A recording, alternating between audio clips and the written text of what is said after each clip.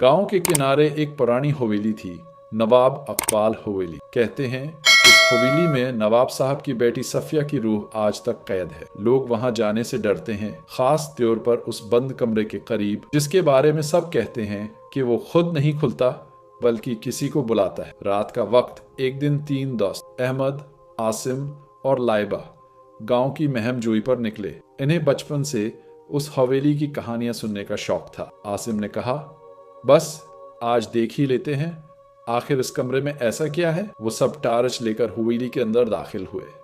हवा में अजीब सी बोसीदा खुशबू थी। दीवारों पर दरारें, छत से लटकते जाले और कदमों के नीचे चीखते फर्श। कमरा नंबर 7 के सामने पहुंचे।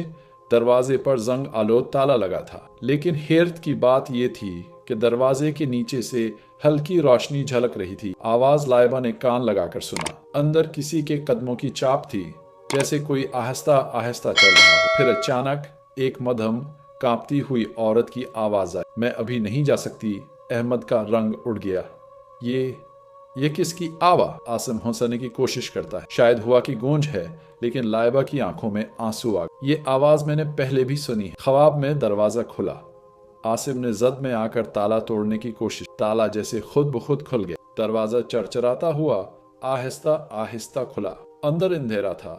पुरानी कुर्सी, एक आईना और दीवार पर सफिया की तस्वीर में सफिया सफेद लिबास पहने बैठ, लेकिन उसकी आंखें जिंदा लग रही। लाइबा ने आईने में देखा तो अपनी बजाय सफिया का अक्स नजर आया। अक्स बोलने लगा, मैं अभी नहीं जा सकता, तुम आ गई हो, अब तुम रहोगी खामोश। अंजाम, अहमद और आसिम ने भागने की कोशिश की, मगर दरवाजा बंद। कमरे में ठंडी हवा के साथ सफिया का साया उनके दरमियान आ गया। रोशनी बुझ गई, सिर्फ और फिर अगली सुबह गांव वाले हवेली पहुंचे। दरवाजा खुला था। अंदर कुर्सी पर लाइबा की तस्वीर रखी थी और नीचे खून से लिखा था, मैं अभी नहीं जा सकती।